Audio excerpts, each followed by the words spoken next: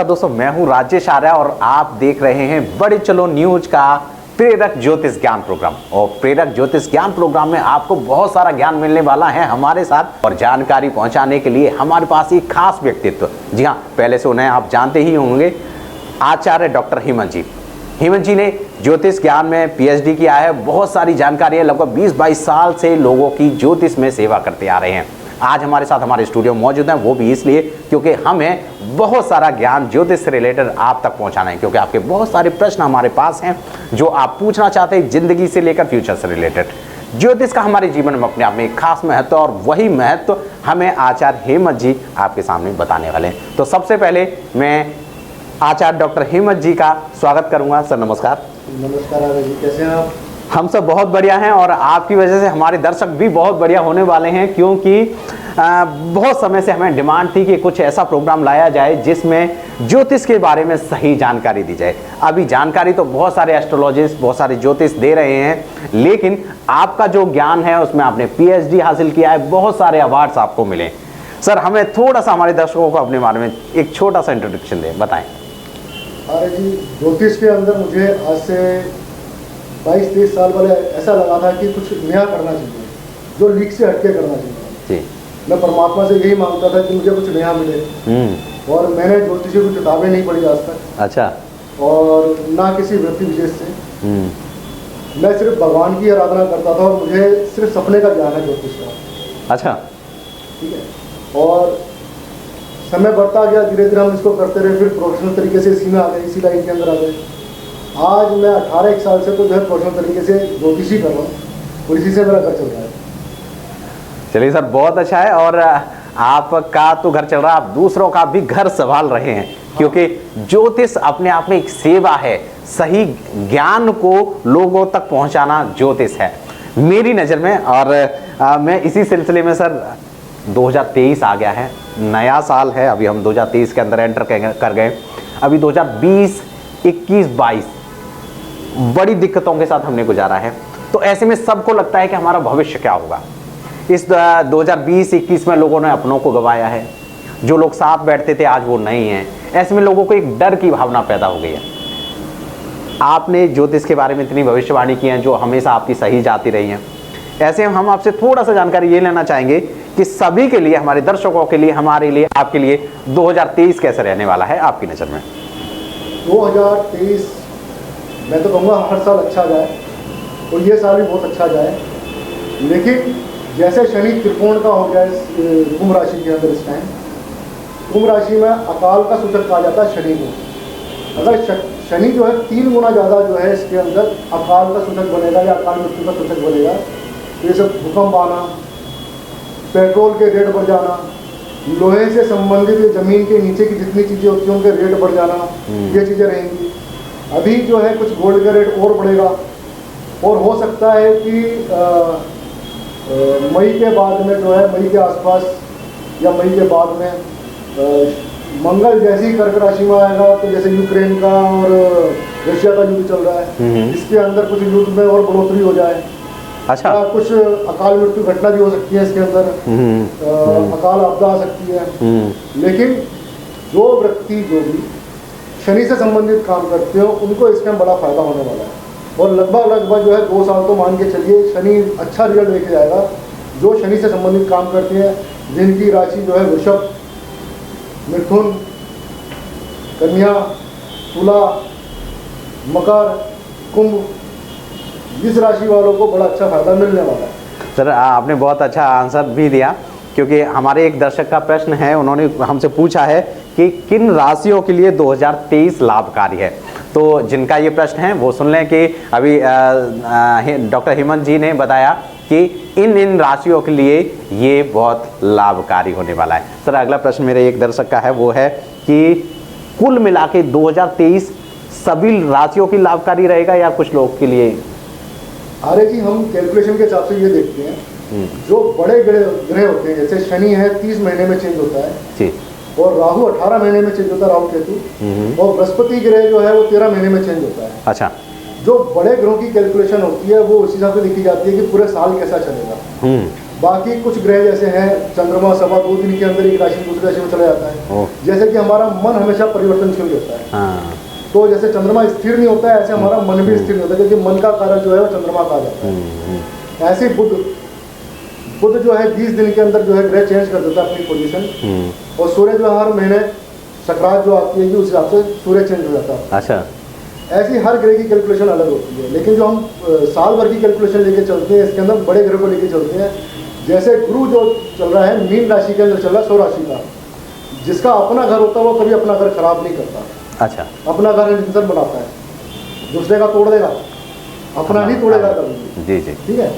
ऐसे ही गुरु जैसे मीन राशि का है, तो मीन राशि वालों के लिए बहुत अच्छा टाइम है। जैसे गोल्ड का रेट बढ़ा, तो गुरु का जो भाव है धातु का वो है गोल्ड, सोना, तो सोने का रेट बढ़ा दिया उसने। अब वो जिसका मित्र है वो उसके लिए फायदेमंद रहेगा। सिंह राशि, चंद्रमा की राशि कर्क राशि, मंगल की राशि मेष राशि, वृषभ राशि, वृश्चिक राशि, इनके लिए सबसे बढ़िया रिजल्ट मिलेगा ये गुरु। अब शनि यहाँ पर आता है, तो शनि यहाँ पर क्या कहता है कि वो किसका मित्र है? वह है वृषभ राशि का मित्र, मिथुन राशि का मित्र, तुला राशि का मित्र, कन्या राशि का मित्र, कुंभ राशि का मित्र, मकर राशि का मित्र, ये इन राशियों का मित्र है वो। अच्छा। तो वो शनि कहाँ रिजल्ट देगा? वो अपने दोस्तों को रिजल्ट देगा। तो हर ग्रह का एक नेचर होता है। अच्छा। मान लीजिए कि 9 आदमी एक साथ यात्रा करने जाते हैं, और यात्रा करते करते जब 9 आदमी वापस आते हैं ना, तो उनमें गुट बन जाता है। तो उसमें 4 एक तरफ हो जाएंगे, 5 एक तरफ हो जाएंगे। तो ऐसी 9 ग्रह हैं, 9 ग्रहों का नेचर है अपना। वो मित्र राशि को देते हैं और मित्र जो शत्रु राशि होती है उससे ले लेते हैं। हाँ। तो शनि किसके लिए शत्रु बनेगा? शनि जो शत्रु बनेगा, अपना मेष राशि में शनि नीच का होता है, वो लाभ भाव में बैठा है, तो कहीं ना कहीं लाभ से लेकर दिक्कत देगा। फिर इसके बाद आते हैं हम इसके अंदर कन्या राशि के, कर्क राशि के अंदर। कर्क राशि के अंदर मार्केश होता है, तो कहीं ना कहीं पत्नी से संबंधित दिक्कत के ससुराल के अंदर जो है मृत्यु तुल्य कष्ट या जेल यात्रा योग इस तरह की दिक्कत आदि होती है। फिर इसके बाद आते हैं हम सिंह राशि के अंदर। सिंह राशि के अंदर भी ये मार्केश होता है, लेकिन सिंह राशि के अंदर अगर मूल त्रिकोण का अगर ग्रह साथ में घर का आता है तो काम परिवर्तन करवा के और राजयोग भी देता है, धनभाव को बढ़ाता भी है, अगर वो आपकी जन्म राशि के अंदर अच्छा ग्रह होता है तो। ठीक है। फिर इसके बाद में वृश्चिक राशि। वृश्चिक राशि के अंदर शत्रु कहलाता है शनि, तो उसका व्यवहार क्या होगा? शत्रु वाला। तो उस आदमी को क्या देगा? वो शनि डिप्रेशन का कारक भी है, आपके काम को रोकने का कारक भी है, आपके काम को डिले करवाने का कारक भी है, या काम बने बनाए खराब करने का कारक भी शनि है। अच्छा। तो वो आपको जो है वहाँ पर अड़चने देगा। फिर उसके बाद मतलब धनु राशि। धनु राशि के अंदर शनि जो है धन भाव का और पराक्रम का कारक होता है। अब पराक्रम में क्या करेगा? ये आलस डाल देगा उसके, या लाइन को चेंज करने की कोशिश करेगा आदमी जिस पोजीशन पर होगा उसको बोलेगा काम चेंज करो। जैसे सिंह राशि वालों का 7वां घर हो गया पर डे इनकम सोर्स, तो पर डे इनकम सोर्स में चेंज आने शुरू हो जाएंगे, मतलब यार ये सही नहीं है, मेरे को काम चेंज करना है। ठीक है। ऐसे ही मीन राशि। मीन राशि का 12वां और लाभ भाव का मालिक भी जो है शनि बनता है। सर हमें एक बारी एक और छोटी सी चीज़ बताएं जो लोगों में बहुत बड़ा डाउट रहता है। वो डाउट ये है कि आदमी एक आम व्यक्ति जिसको ज्योतिष ज्ञान के बारे में नहीं पता रहता, वो कैसे पहचाने कि उसकी राशि क्या है? नंबर सिस्टम से, या जो उसके नाम का करेक्टर होता है उससे? जो जैसे आपने कहा कि वृषभ राशि के लिए, तो कोई कैसे पहचाने कि उसकी वृषभ राशि है? अरे जी ऐसा होता है कि हम जो भी कुंडली देखते हैं, कुंडली के अंदर एक भाव होता है लगन, जो पूरे दिन के अंदर 2-2.5 घंटे के अंदर चेंज हो जाता है। 24 घंटे के अंदर 12 लगन बनते हैं, 12 राशियां जो है वो चेंज होती हैं, उनका एक लगन बनता है। अब उससे जो हम नाम निकालते हैं, नाम निकाला जाता है, या हम पाए देखते हैं, बच्चे के पाए किस चीज़ के हैं, या हम नक्षत्र देखते हैं, तो वो देखते हैं चंद्र राशि से। अच्छा। चंद्रमा जिस राशि में जिस भाव में होता है उससे नाम निकालते हैं, और वहीं से हमारी दशा शुरू होती है। पूरे जीवन की जो दशा काल देखते हैं हम उन्हीं से देखना शुरू करते हैं। इट मीन जो राशि डिसाइडेड होती है वो कुंडली को देख के पता किया जा सकता है, या कुछ लोग कहते हैं कि जैसे मेरा नाम राजेश आर्य है तो रात से तुला राशि का होता है तो मैं तुला राशि का हूँ, लेकिन मैं अगर मेरे डेट ऑफ बर्थ से जाता हूँ तो मुझे टोरस कहा जाता है, वृषभ राशि कहा जाता है।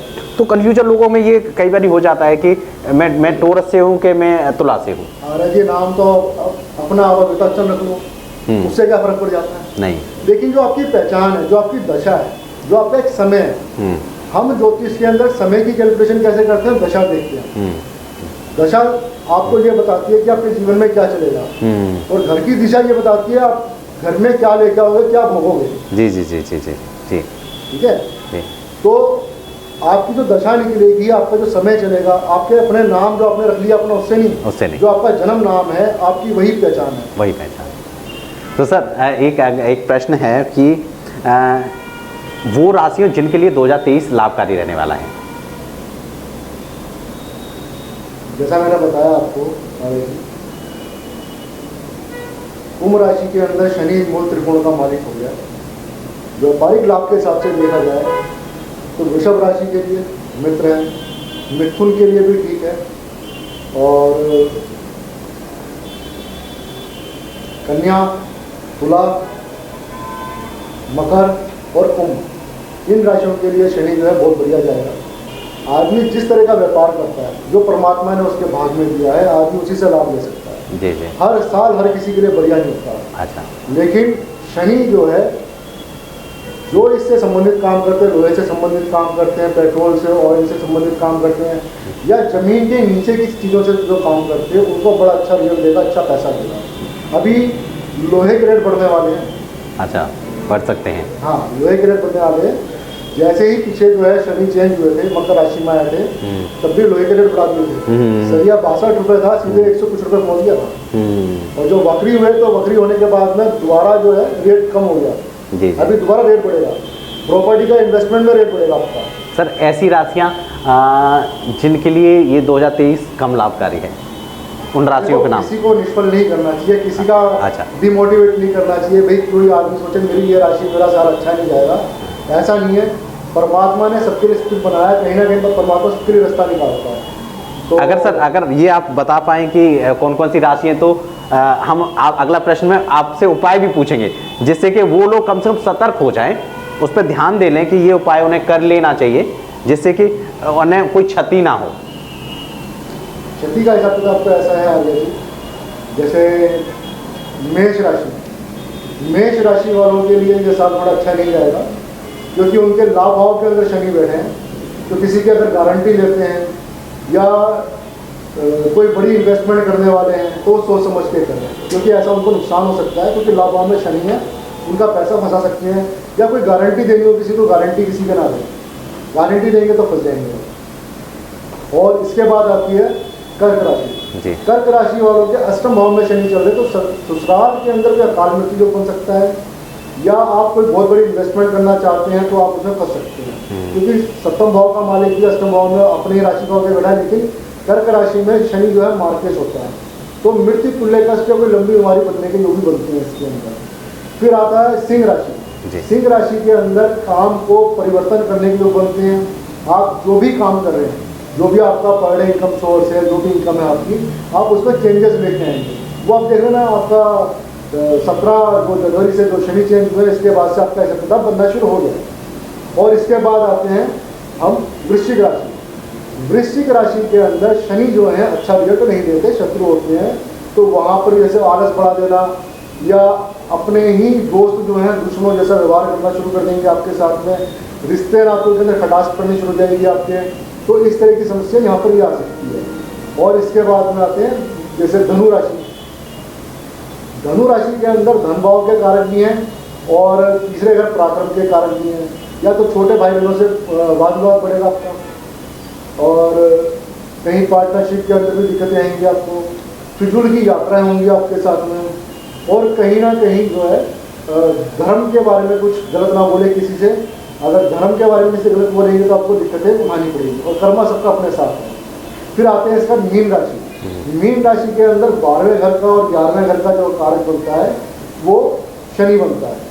तो जो 11वां घर होता है हमारा, वो होता है लाभ का भाव, बड़े भाई बहन। अच्छा। तो कहीं ना कहीं बड़े भाई बहन से दिक्कत आना, या 12वें घर का मतलब है कोर्ट कचहरी मुकदमेबाजी, चिंता चिता कलेश।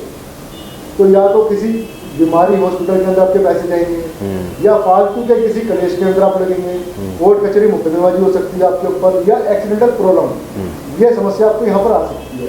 तो इनके लिए जो है विशेष फलदायक नहीं है। लेकिन वहीं पर ही लाइफ के अंदर हर चीज़ परमात्मा ने जो बनाया है, कुछ बुरा आता है तो कोई हाथ पकड़ने वाला भी होता है। तो यहाँ पर बृहस्पति ग्रह, आपके सूर्य ग्रह, आपके मंगल ग्रह इन राशि वालों को अच्छा सपोर्ट करेंगे, कहीं ना कहीं उनको मदद करेंगे। जी जी सर, आपने आपकी भविष्यवाणी हमेशा, हम पहले से आपको जानते हैं, हमेशा आपकी भविष्यवाणी सार्थक रही है और लोगों को फ़ायदा भी पहुंचाए। मैं चाहूँगा कि जिनके लिए आपने बताया अभी कि इन राशियों के लिए थोड़ा सा ठीक नहीं है, उनको क्या क्या कॉमन आप उपाय बताना चाहेंगे जिससे कि ये उनके जीवन में समस्या आए ना? देखो आर्य जी, ऐसा होता है, आपको कुछ भी चीज़ पसंद आती है तो उसको अपने पास रखते हो आप, जी जी, संभाल के रखते हो। जैसे आपके कपड़े हैं, बिल्कुल, जो आपको शर्ट पसंद है आप उसको संभाल के रखते हो, बिल्कुल। उसको किसी भी प्रोग्राम के अंदर जाओगे उसको पहन के जाओगे, अच्छे लगोगे, स्मार्ट जी, लगोगे। जी, ऐसे ही लाइफ के अंदर जो चीज़ अच्छी होती है हम उसे धारण करते हैं, राइट, और जो चीज़ खराब होती है हम उससे अपने घर से बाहर निकाल देते हैं। बिल्कुल ठीक कह रहे हैं। तो यहाँ पर हम क्या करते हैं, जो ग्रह हमें अगर नेगेटिव रिजल्ट दे रहे हैं हम उनका दान करते हैं, अच्छा, वो दान कर देते हैं। जो ग्रह हमारे लिए पॉजिटिव होते हैं हम उनको धारण कर देते हैं। ठीक, तो ऐसा नहीं है जैसे आप कई लोग नीलम पहन लेते हैं तो बोलेंगे भाई शनिदेव ने, भाई नीलम पहन के शनिदेव देख लेंगे इसको, तो हम इसे कुछ नहीं कहेगा। तो सर जैसा कि अभी आपने बताया कि इन ग्रहों के लिए ये जो साल है ज़्यादा अच्छा नहीं रहने वाला, तो ऐसे में उन लोगों को क्या उपाय बताना चाहेंगे, जो कॉमन उपाय जो सब लोग करें उनके लिए, मतलब इसकी बुरी छाया ना पड़े? अरे जी, इसके अंदर हम क्या करते हैं, मान लीजिए कि नेचर होता है इंसान का, जैसे आपको कोई भी चीज़ पसंद आती है तो उसको अपने पास रखते हो। जी जी जी, जो चीज़ खराब होती है वो उसको घर से बाहर निकाल देते हो आप। जी जी, ठीक है, तो जो भी ग्रह खराब होता है हम उसके अंदर क्या करते हैं कि उसका दान निकाल देते हैं। किसी भी तरह का शनि खराब है तो उससे संबंधित दान निकाल दिया, राहु खराब है तो हमने उससे संबंधित दान निकाल दिया, इवन चंद्रमा भी खराब होता है तो हम उससे संबंधित दान करते हैं। तो शुभ भी कोई ग्रह नहीं है और अशुभ भी कोई ग्रह नहीं है। ठीक है, ऐसे ही जैसे हम स्टोन पहनते हैं, नग पहनते हैं, मान लो हमने नीलम पहन लिया, तो नीलम पहनने के बाद शनिदेव हमें ये नहीं आके बोलेंगे कि आपने नीलम पहन लिया आपको कुछ नहीं कहना। अच्छा, या आपने माणिक पहन लिया तो सूर्यदेव नहीं बोलेंगे कि आपने माणिक पहन लिया आपको कुछ नहीं कहना। ऐसा नहीं होता। जो हमारे शुभ ग्रह होते हैं हम उसका जब स्टोन पहनते हैं तो हमारी पॉजिटिव ओरा बननी शुरू होती है, सूरज की रोशनी उससे बढ़ती है तो वो ओरा जो है हमारे शरीर में फैलनी शुरू होती है। जो पॉजिटिव ओरा इतनी बढ़ जाती है कि नेगेटिव बहुत कम हो जाता है जी। तो जो नेगेटिव होता है फिर हमें दुख कम मिलता है, सुख ज़्यादा मिलना शुरू हो जाता है, इसलिए हम दुख को भूल जाते हैं। जी जी जी, होनी कोई टाल नहीं सकता, हाँ, लेकिन हम अपनी पॉजिटिव ओर को इतना बढ़ा देते हैं कि वो हमारे ऊपर काम करना शुरू करती है। जैसे मंत्रों का ऐसा किताब हो गया, यंत्र मंत्र तंत्र, ये क्रिया जो परमात्मा ने बनाई है, हमारे ऋषि मुनियों ने बनाई है, ये हमारे को पूरा काम करती है। ठीक है, इससे हमें एनर्जी मिलती है। कुछ ग्रह खराब है तो हम उसके मंत्र पढ़ते हैं, उसके यंत्र बनाते हैं, प्रभावित करते हैं, दबाते हैं, जलाते हैं, कुछ भी करते हैं। तो हर चीज़ का एक अपना अपना तरीका, एक तरीका होता है। जी सर, कुछ उपाय बता पाएँ एक दो? कॉमन उपाय तो देखो परमात्मा का नाम सबसे बढ़िया है, और उपाय में तो देखो हर राशि का एक अलग उपाय होता है, किसी का कॉमन उपाय नहीं होता। लेकिन जो भी आपके इष्ट हैं, जिसको आप मानते हो, आप उस परमात्मा को हमेशा पकड़ के रखो, तो आपके जीवन के सारे दुख वैसे ही खत्म होने शुरू हो जाएंगे। अगर कार्यों को लेके बात की जाए तो कौन से कार्य जो बिजनेस है, काम है, वो शुभ होने वाले हैं? लोहे से संबंधित काम बड़ा शुभ होने वाला है। जैसे अभी पीछे बृहस्पति जो चेंज हुए थे पिछले साल अप्रैल के अंदर, तो इसका गोल्ड का रेट बढ़ना शुरू हुआ। अच्छा, गोल्ड आज जो है 56 क्रॉस कर चुके हैं। ठीक है, सोना जो है 56 क्रॉस कर गया, तो बृहस्पति अपनी राशि में आए। अब शनि महाराज जो अपनी राशि में आए हैं, तो शनि महाराज जो भी शनि से संबंधित काम में उसमें धन के अंदर वृद्धि करना शुरू कर देंगे। अच्छा, पैसे के अंदर वृद्धि करना शुरू कर देंगे। तो लोहा, पेट्रोल और जमीन से नीचे की जितनी चीज़ें होती हैं इनके अंदर अच्छा सफलता बढ़ना शुरू हो जाएगा। भूमि कंस्ट्रक्शन के काम के अंदर भी अच्छा सफलता बनना शुरू हो जाएगा। प्रॉपर्टी से रिलेटेड काम के अंदर प्रॉपर्टी बनाने का काम अच्छा है। प्रॉपर्टी का जो कारक होता है वो होता है मंगल। अच्छा, तो मंगल भूमि का कारक है, और जो उस पर कंस्ट्रक्शन करते हुए बनाते हैं हम, वो उसका कारक जो है शनि कहलाता है। सर 2023 का इस साल का पूरे ईस्ट कौन है? भगवान? देखो परमात्मा तो एक ही है। इस साल के जो अगर कहे जाए कि सबसे बड़े गुरु, तो मैं सबसे बड़ा पॉजिटिव एनर्जी के अंदर गुरु मानता हूँ सूर्यदेव को, जो मेरी एक अपनी पर्सनल वो है, क्योंकि ग्रहों में राजा सूर्यदेव है जी। इंसान की दिनचर्या को वही निर्धारित करते हैं और वही जो है उसको सुलाते हैं। जब सूर्यदेव उठते हैं तो हम अपने क्रम पे लग जाते हैं। वो पूरे दिन भागदौड़ करते हैं जी और जब शाम होती है तो हम मृत हो जाते हैं, हम भगवान शिव की शरण में चले जाते हैं। जी। तो ब्रह्मा ने आपको बनाया, आपका शरीर दिया, जी जी विष्णु पालनहार है, जी। तो विष्णु को ने साक्षात सूर्यदेव, सूर्यदेव। वो आपको चलाते हैं, आप कमाते हो, खाते हो, और फिर उसके बाद शिव की शरण में जाते हो, मतलब शव हो जाते हो। जी जी जी तो जी। जो अगर आपको अपने दुख काटने हैं हम्म, तो उसके लिए तो भगवान शिव के पास जाओ। आपको पैसा कमाना है तो सूर्य भगवान हो गए, नारायण भगवान हो गए, लक्ष्मी माता हो गई, इनको पूजना शुरू कर दो।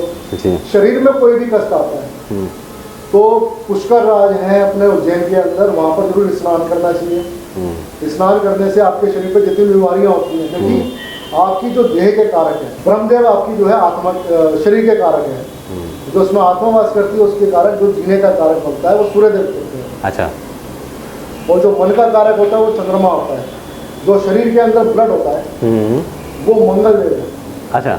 जो आपकी बुद्धि का कारक है जी वो आपके बुध देव है। जो आपके ज्ञान के कारक है वो बृहस्पति देव है। और जो आपकी मज्जा होती है, मतलब शरीर के अंदर जो नसें होती हैं, बारीक नसें होती हैं और जो मसल्स होती हैं आपकी, उसके कारक जो है शनिदेव होते हैं। जो हड्डी के कारक भी होते हैं, सूर्यदेव की हड्डी के कारक होते हैं, आपकी पित्त की समस्या के कारक होते हैं।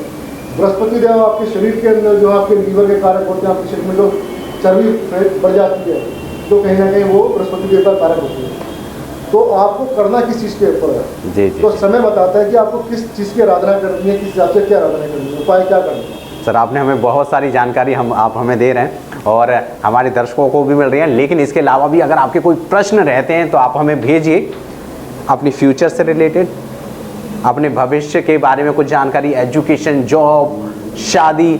अगर आपको लगता है कि इनमें कोई समस्या आ रही है या आपको इनको लेकर कोई डाउट है तो आप हमें भेज सकते हैं। आप नीचे कमेंट करिए, हमारा एक नंबर नीचे रनिंग में आ रहा है, आप उस पर हमें मैसेज कर दीजिए, व्हाट्सअप कर दीजिए। हमारी कोशिश रहेगी आचार्य डॉक्टर हेमंत जी से उसके जवाब आपको दिलवाए जाएं। अगर आपने चैनल को सब्सक्राइब नहीं किया तो आप कर लें। अब हम लोग आगे बढ़ जाते हैं अगले प्रश्न की तरफ। सर ओवरऑल भारत के लिए ये साल कैसा रहने वाला है? भारत के लिए साल अच्छा रहने वाला है। अच्छा रहने वाला है। अच्छा रहने वाला है। और अभी राजनीति के अंदर जो हम कहते हैं कि राहु जो है बहुत बड़ा कारक होता है। छल कपट मान मर्यादा जो देखी जाती है वो राहु से देखी जाती है कि अच्छे होंगे तो अच्छी राजनीति करवाएंगे, बुरे होंगे तो बुरी राजनीति। जैसे कहीं कहीं रैली चल रही है, कहीं विकास चल रहा है, हाँ। तो विकास किसी को दिखता नहीं विपक्ष को, जी जी जी वो हमेशा जो है रेडियो में लगे रहेंगे। जी जी। तो सर एक अगला प्रश्न मैं लूँगा कि लोगों के दिमाग में रहता है कि संडे शुभ होता है, मंडे शुभ होता है, अपने अपने अकॉर्डिंग बहुत लोग सोचते हैं। आपकी नज़र में 2023 में कौन से दिन शुभ रहने वाले हैं? अरे जी देखो, 7 दिन शुभ होते हैं, 365 दिन बहुत अच्छे होते हैं। मेरा मानना ये है कि आप जो सोचोगे वही आपके सामने आएगा जी। और अच्छा सोचो, अच्छा सामने आएगा। सबसे पहले तो मैं जो भी मेरे पास आते हैं मैं उसको बोलता हूँ पॉजिटिव हो। आपका जो डिप्रेशन है आगे से तो इमरी खत्म हो जाएगा। आपकी सोच के ऊपर डिप्रेशन है आपका। जी जी। आपका अगर कोई बीमारी है, कोई भी काम धंधा खराब चल रहा है तो आपने सोच रखा है तो वही आप देख रहे हो। आप सबसे पहले अपने आप को पॉजिटिव करो और पॉजिटिव करने के लिए मैं बैठा हूँ जी और मेरे पास जाओ, मैं बताता हूँ कैसे पॉजिटिव होते हैं। जी जी जी जी। लोगों के दिमाग में कई और भी प्रश्न इस तरह के रहते हैं कि हमें जो काम की शुरुआत करनी चाहिए वो मंडे से करनी चाहिए, काम की शुरुआत करनी चाहिए वो इस तारीख से करनी चाहिए। ऐसे उन लोगों के लिए आप क्या कहना चाहेंगे? अरे जी ऐसा होता है कि हर कुंडली के अंदर हर भाव, हर वार, हर तिथि, हर चीज़ शुद्धि होती है और अशुद्धि होती है। ये तो कुंडली देख के ही पता चलता है कि किसको कौन सा दिन जो है अच्छा बीतेगा, किसी का कौन सा दिन बुरा बीतेगा। जी जी जी। ऐसे किसी को नहीं बता सकते आप। देखिए एक अच्छी बात आपको जानने के लिए मिली होगी कि अगर आप सोचते हैं कि किस दिन से शुरुआत करनी चाहिए और अगर आप एस्ट्रोलॉजी में बिलीव करते हैं, वैसे तो जैसे आचार्य हेमंत जी ने अभी बताया कि सारे ही दिन शुभ हैं, लेकिन फिर भी अगर आपको लगता है कि स्पेसिफिक आपको किसी चीज़ की शुरुआत करनी है, कोई अच्छा काम करने जा रहे हैं, तो अपनी कुंडली जरूर दिखाएं। वहाँ से आपको पता लगेगा कि आपके लिए उस कार्य को करने के लिए कौन सा दिन शुभ है और वो कार्य कैसे सफल होने वाला है। सर हमारे एक दर्शक का प्रश्न है कि लोगों को कैसे इंस्टीट्यूशन, कैसे मतलब आइडिया हो कि हमारे साथ कुछ अच्छा होने वाला है, कुछ बुरा होने वाला है, इस पर क्या कहेंगे? देखो आर्य जी, जीवन के अंदर कुछ भी अच्छा बुरा होने वाला होता है वो आपकी दशा पर निर्भर करता है जी। जो आपके गोचर के अंदर ग्रह होते हैं वो चेंज होते हैं, वो बदलते हैं, उससे पता चलता है जी। जैसे मान लीजिए आपकी हथेली है जी जी, हथेली में 3-4 रेखा ऐसी होती हैं जो परमानेंटली हमेशा एक सी रहती है। अच्छा। लेकिन समय के साथ में जब आपका शुभ समय आने वाला तो आपकी भाग्य रेखा या कुछ बढ़िया रेखा जो होती है, अच्छी रेखा होती है, वो बढ़नी शुरू हो जाती है। और वहीं कुछ अशुभ समय आने वाला होता है तो वहीं पर ही वो कटनी शुरू हो जाती है। अच्छा। ऐसे ही दशा के अंदर भी वही चीज़ें होनी शुरू होती है। मान लीजिए एक आदमी का बहुत अच्छा समय चल रहा था और उसके बाद में जब उसका समय खराब आने वाला शुरू होने वाला हुआ था तो उससे पहले उसने क्या मुक्ता करी है, परमात्मा ने उससे करवाया कि उसने अपनी फैक्ट्री चेंज करी और फैक्ट्री को ऐसी जगह लेके आ गया जहाँ वास्तु दोष था। जी जी। और उसके बाद में उसका पूरा समय ही खराब होना शुरू हो गया, क्योंकि समय दशा में वहाँ पर खराब होना शुरू हुआ था तो दिशा में यहाँ पर खराब हो गया तो उसकी भाग्य की रेखा में वहाँ पर लाइन आनी शुरू हुई, क्रॉस आना शुरू हो गया। जी जी जी। तो यहीं से पहचान होती है। मतलब अगर आपको इन चीज़ों की जानकारी नहीं है, क्योंकि जो अभी बताया तो वो थोड़े से टिपिकल इसीलिए था क्योंकि हर व्यक्ति को हस्तरेखा का ज्ञान नहीं होता, न्यूमेरिक ज्ञान नहीं होता, या जो घर की चीज़ों को इधर उधर वास्तु का ज्ञान नहीं होता, तो ऐसे में आपको मदद कर सकते हैं ऐसे एस्ट्रोलॉजिस्ट, ऐसे ज्योतिष जो हेमंत जी की तरह लोगों की सेवा में लगे हैं। अगर आपका भी ऐसा कोई प्रश्न रहता है तो हमें ज़रूर बताएं। अंत में सर हमारे दर्शकों को क्या कहना चाहेंगे कि वो कैसे जीवन को यापन करें, कैसे दिन की शुरुआत करें, कैसा दिन उनका हर दिन अच्छा हो? जीवन में हर सुख दुख परमात्मा की देन है, आपके समय की कल्पना है। अगर कुछ भी समय खराब आ रहा है तो ऐसा नहीं कोई चीज़ खराब होती है, वो आपके नए आने वाले टाइम की जो है तैयारी है। हो सकता है आप आज जो देख रहे हो परमात्मा को शिक्षा दे रहा है क्या सही है क्या बुरा, और वो आगे आने वाले टाइम के अंदर आपको कुछ बड़ा देने वाला हो। तो हर दिन हर समय हर चीज़ अच्छी होती है, सिर्फ पॉजिटिव सोचें। और मेरा मानना यह है आप जो सोचेंगे वही आपके सामने आएगा। जी जी। देखिए आपको बड़ी सारी चीज़ें यहाँ सीखने के लिए मिली, आपके साथ साथ मुझे भी सीखने के लिए मिलने वाली हैं। और सबसे बड़ी और अच्छी चीज़ यहाँ पर ये लगी कि आचार्य जी ने हमें बताया कि आप दिन की शुरुआत अच्छे से कीजिए, अच्छा सोचिए, पॉजिटिव रहिए, और जैसे आप पॉजिटिव रहेंगे आपके सारे ग्रह सारी अच्छाइयाँ आपके साथ जुड़ जाती हैं और आपके साथ अच्छा होने लगता है। Thank you so much sir, आप हमारे स्टूडियो में आए और ऐसे आप हमसे जुड़े रहिए, लोगों की सेवा आप करते आ रहे हैं और हमारे माध्यम से भी आप हमारी इस सेवा में जुड़े हैं। मैं भी दर्शकों से चाहूँगा कि अगर आप भी हमारे साथ जुड़ना चाहते हैं तो आप चैनल को सब्सक्राइब कर लीजिए, क्योंकि इस चैनल पर ज्योतिष प्रेरक ज्ञान के अंदर आपको ऐसे ही एपिसोड मिलने वाले हैं जिनमें आपके प्रश्नों के हम उत्तर देते रहेंगे। इसके अलावा भी हम एक टॉपिक रखेंगे जिस पर चर्चा होगी, जिस पर आपको जानकारी मिलेगी। थैंक यू सो मच, नमस्कार, बाय बाय, टेक केयर और बड़े चलो।